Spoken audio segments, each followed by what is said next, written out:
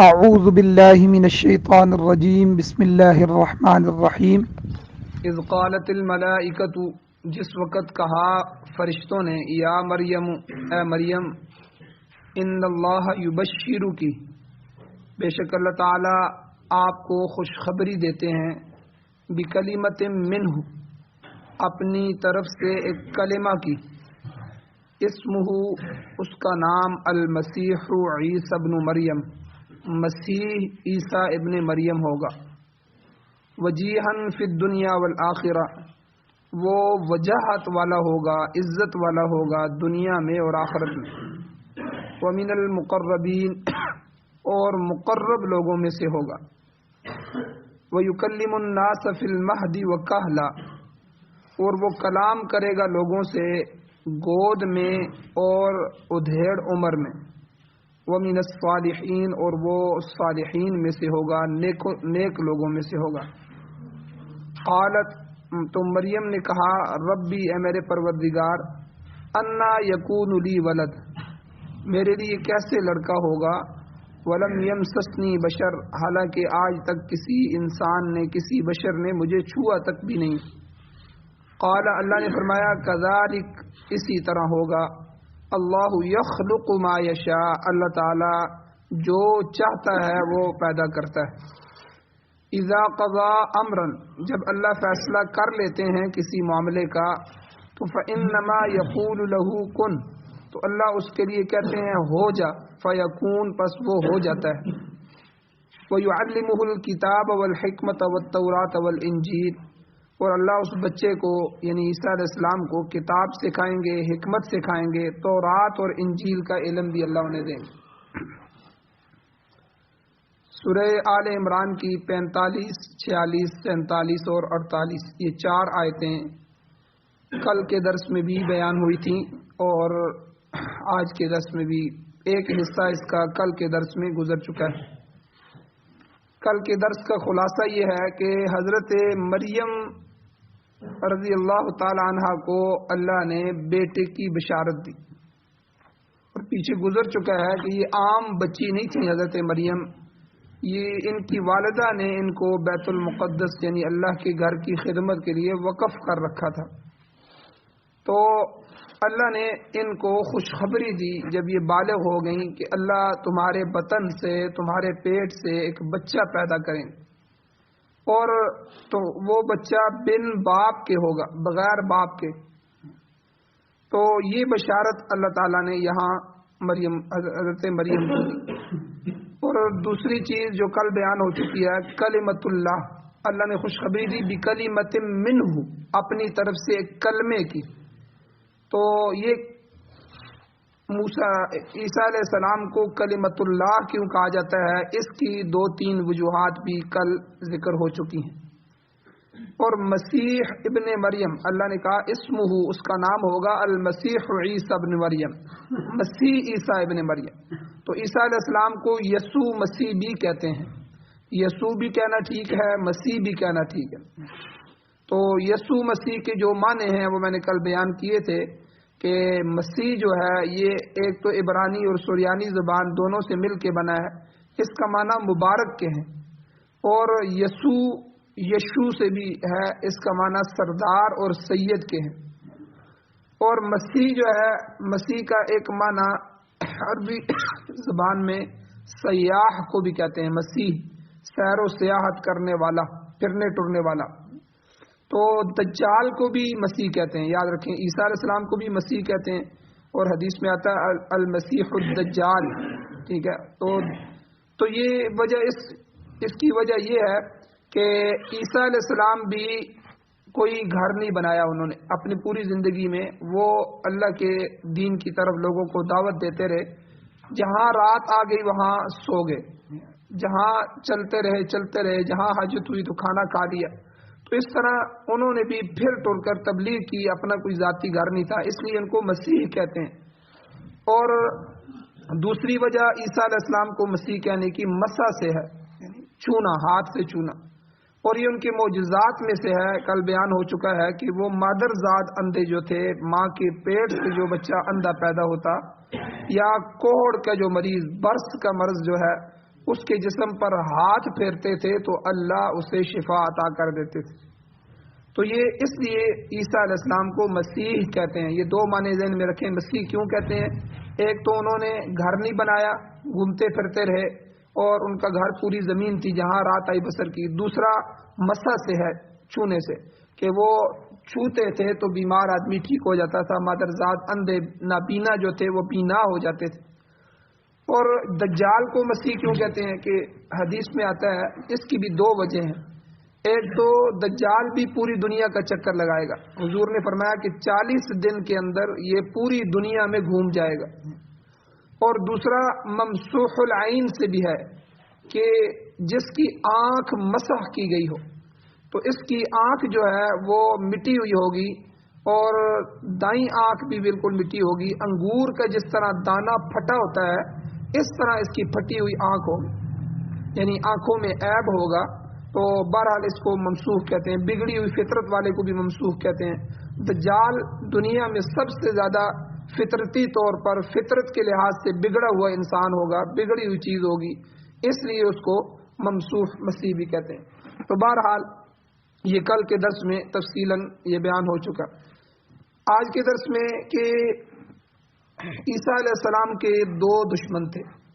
ایک تو یہودی تھے جو اصلاً نسلاً انبیاء کے دشمن تھے، بڑے انبیاء انہوں نے ظالموں نے قتل کیے، شہید کیے، اور بڑے انبیاء کے درمیان جو ہے یہ رکاوٹ بنتے رہے۔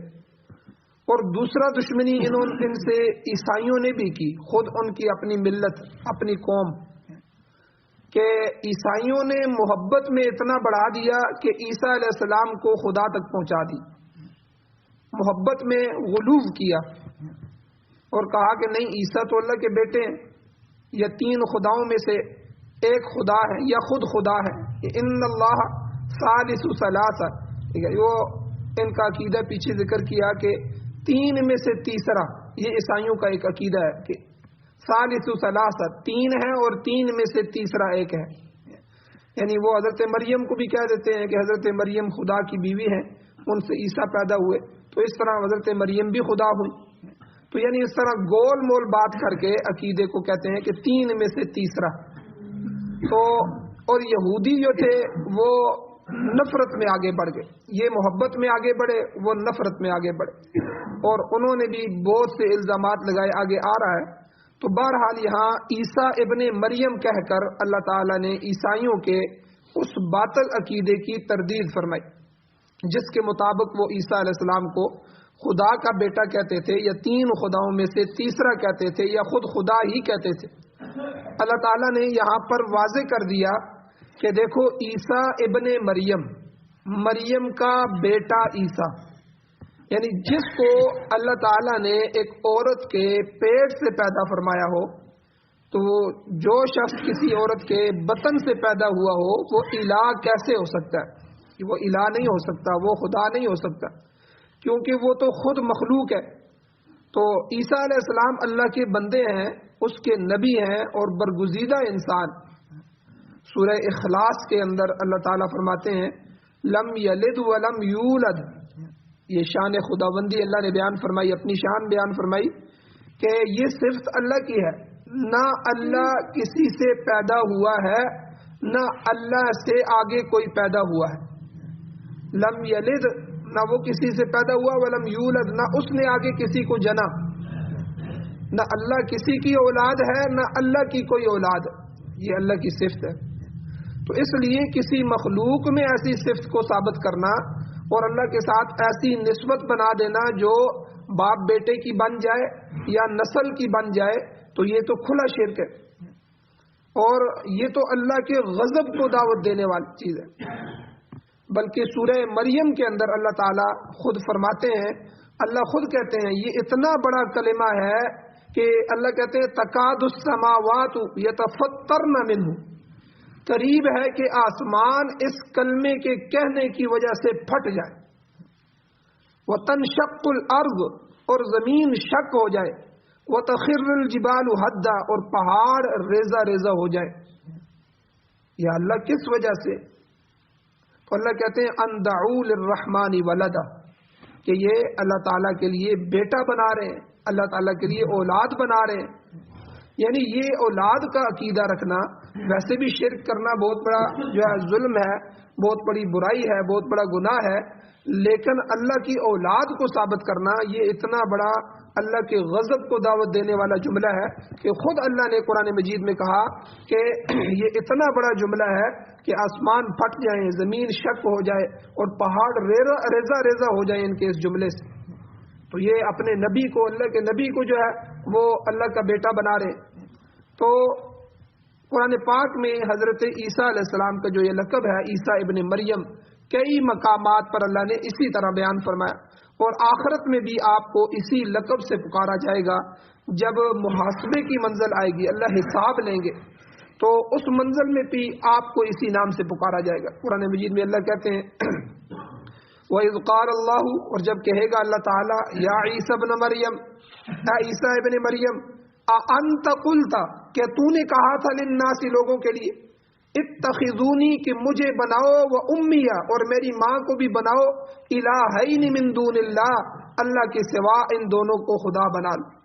کیا آپ نے لوگوں کو یہ دعوت دی تھی؟ ہم نے آپ کو نبی بنا کے بھیجا, تو کیا آپ نے لوگوں کو کہا تھا کہ مجھے پوجو, میری عبادت کرو, میں اللہ کا بیٹا بن کے آیا ہوں؟ تو یہ اتنا سخت جملہ ہے, اتنا سخت جملہ ہے. اللہ جب حساب لیں گے تو سارے انبیاء بھی کانپ رہے ہوں گے. تو حضور نے خود فرمایا, تفسیر روح المعانی میں ہے کہ جب اللہ تعالیٰ عیسیٰ علیہ السلام کو اس طرح خطاب فرمائیں گے تو آپ علیہ السلام پر, عیسیٰ علیہ السلام پر دہشت طاری ہو جائے گی. آپ کپ کپانا شروع ہو جائیں گے کہ اللہ نے کیا سوال کر دیا مجھ سے, اللہ کیسا حساب لے رہے. تو حدیث میں آتا ہے, حضور نے فرمایا 500 سال تک عیسیٰ علیہ السلام کپ کپاتے رہیں گے, تھراتے رہیں گے کہ اللہ مجھ سے کیا پوچھے. اس کے بعد اللہ تعالیٰ ان کو حوصلہ دے گا تو وہ عرض کریں گے. قرآن مجید میں اس کا جواب بھی موجود ہے, وہ کہیں گے قال سبحانک, اے اللہ تیری ذات پاک ہے, ما یکون لی ان اقول ما لیس لی بحق, میرے لیے تو یہ جائز ہی نہیں ہے کہ میں وہ بات کروں کہ جس کا مجھے حق ہی نہیں پہنچتا. یعنی الہ بننے کا یا الہ کا, خدا کا بیٹا بننے کا مجھے حق ہی نہیں پہنچتا. اے اللہ آپ کی ذات تو اس سے پاک ہے, میں نے تو یہ بات نہیں کہی. ان کنت قلتہ, اگر میں نے ایسی بات ہے اللہ کہی ہوتی, فقد علمت, آپ تو جانتے ہیں. تعلم ما فی نفسی, اے اللہ آپ میرے دل کے رازوں کو بھی جانتے ہیں. ولا اعلم ما فی نفسک, اے اللہ جو کچھ آپ کے اندر ہے وہ اللہ ہم نہیں جان سکتے. اے اللہ آپ کو تو پتہ ہے, میں ایسی جرت, میں ایسی گستاخی نہیں کر سکتا, میں نے ان کو نہیں کہا. تو یعنی اللہ تعالیٰ جو ہے اس وقت سب کے سامنے کہلوا کر جو ہے ان پر یہ چیز تام کریں گے کہ اے عیسائیوں تمہارا عقیدہ غلط تھا اور باطل عقیدے پر تم اڑے رہے. تو بہرحال وہ ایسا دن ہوگا, اللہ تعالیٰ نے قرآن مجید میں فرمایا یوم ینفع الصادقین صدقہم, اس دن سچوں کو ان کی سچائی فائدہ دے گی.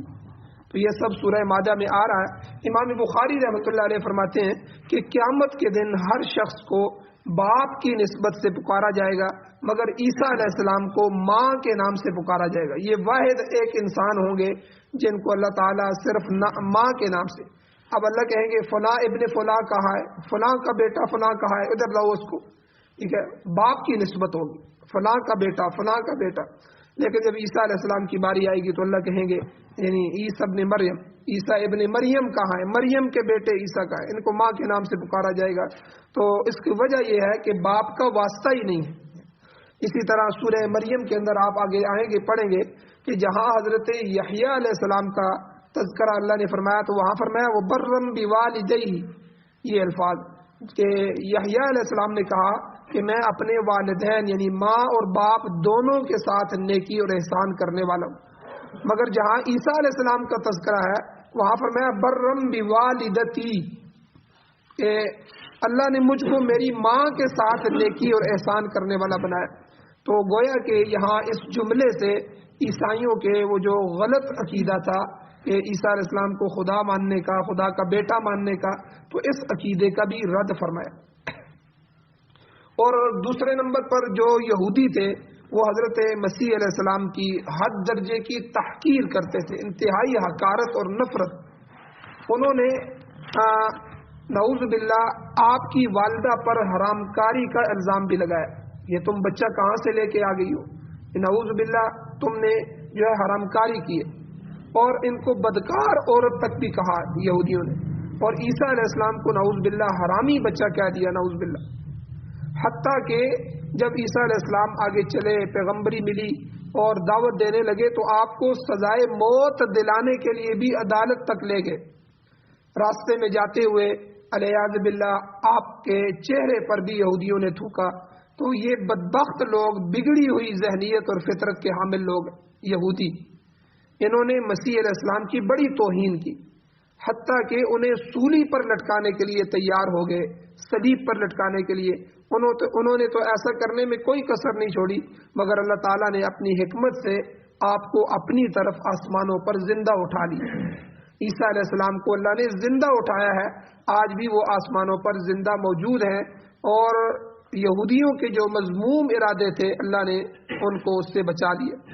انجیل میں خود موجود ہے، انجیل کے اندر، کہ یہودیوں کے عالم بڑے بدبخت تھے. عیسیٰ علیہ السلام نے ان کو سانپ کے بچوں سے تشبیہ دی ہے کہ یہ یہودی انسان نہیں ہے بلکہ یہ سانپ کے بچے ہیں. یہ عیسیٰ علیہ السلام کا قول انجیل میں موجود ہے. آپ نے فرمایا تم کیسے بدبخت لوگ ہو جو لوگوں کو گمراہی میں ڈالتے ہو اور ہدایت کی بات کو سنتے ہی نہیں ہو. اور یہودی حضرت عیسیٰ علیہ السلام کو دجال بھی کہتے تھے، نعوذ باللہ. وہ کہتے تھے یہ دجال ہے کہ یہ لوگوں کو گمراہ کرتا ہے، ان کے عقیدے بگاڑتا ہے، اور جو ان کی رسمیں تھیں ان کو ختم کرنا چاہتا ہے. چونکہ انہوں نے اپنے سارے دین کو بگاڑ دیا تھا، اب بگڑے ہوئے دین کو صحیح کرنے کے لیے کسی نبی نے تو آنا تھا. تو اللہ نے پھر اتنے عرصے بعد حضرت موسیٰ علیہ السلام اور حضرت عیسیٰ علیہ السلام کے درمیان 1800 سال سے زیادہ فاصلہ ہے. تو اتنے سالوں کے بعد جب یہ قوم بگڑ گئی تو اللہ نے حضرت عیسیٰ علیہ السلام کو جو ہے پیدا فرمایا، ان کو نبی بنایا کہ اس قوم کی اصلاح کرو. اور جو بھی نبی ان قوم کی اصلاح کرتا وہ اس کو شہید کرنے کے در پہ ہو جاتے. تو اس لیے عیسیٰ علیہ السلام کو بھی یہ کہتے تھے یہ ہمارا دشمن ہے، یہ ہماری رسموں کو توڑنے کے لیے جو ہے آیا ہے اور یہ رسموں کو توڑ رہا ہے. حدیث شریف میں آتا ہے کہ قیامت کے قریب جب دجال ظاہر ہوگا تو اس کو مسیح سمجھتے ہوئے اس کے پیچھے یہ یہودی لگ جائے گے. یہودی کہیں گے یہ مسیح ہے جس کے آنے کا انتظار ہے. تو ایک روایت میں آتا ہے کہ اصفہان، یہ ایران کے اندر ہے اصفہان، اصفہان کے 70,000 یہودی چوہے پہنے ہوئے ہوں گے اور وہ دجال کے پیچھے پیچھے چلیں گے، اس کے پیچھے لگ جائیں گے. تو بہرحال آیت کے اگلے حصے میں اللہ تعالیٰ نے یہودیوں کی اس دشمنی کا پردہ چاک کیا ہے اور حضرت عیسیٰ علیہ السلام کے بعض اوصاف بھی بیان فرمائے ہیں. ان کے جو وصف ہیں اللہ نے وہاں بیان فرمائے.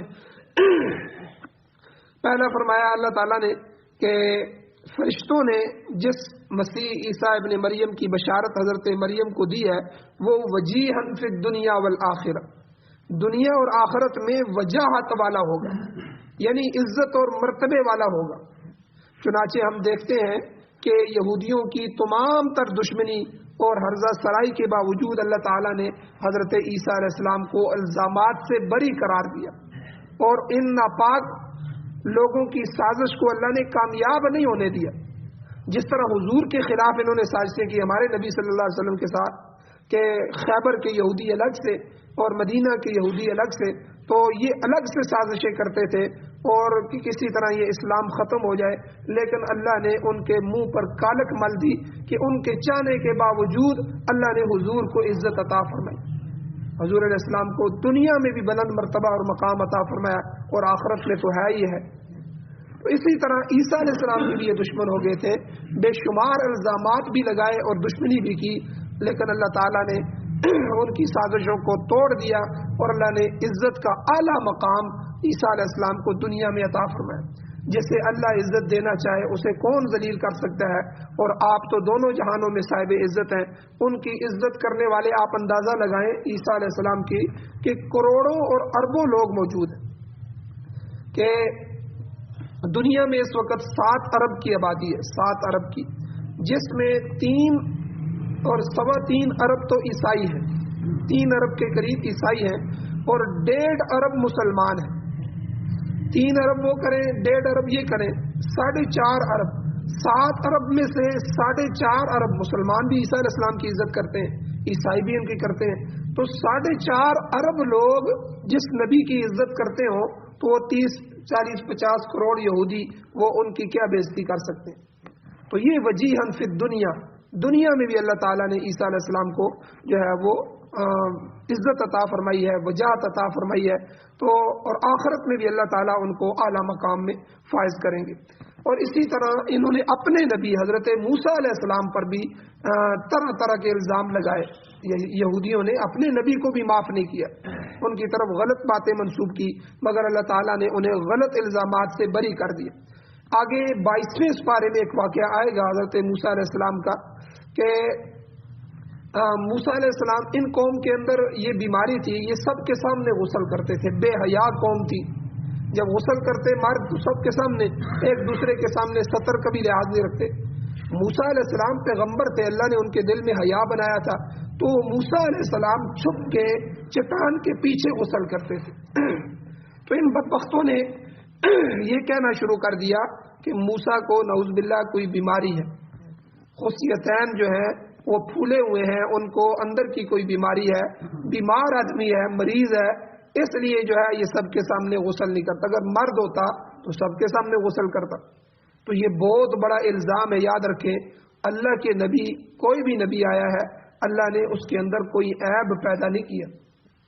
اللہ نے عیوب سے ظاہری باطنی پاکیاں اللہ نے ان کو عطا فرمائی، نہ پاکیوں سے پیغمبروں کو پاک رکھا ہے، کسی قسم کا عیب ان پر نہیں لگنے دیے، اور اس کی فوراً صفائی کی گئی ہے.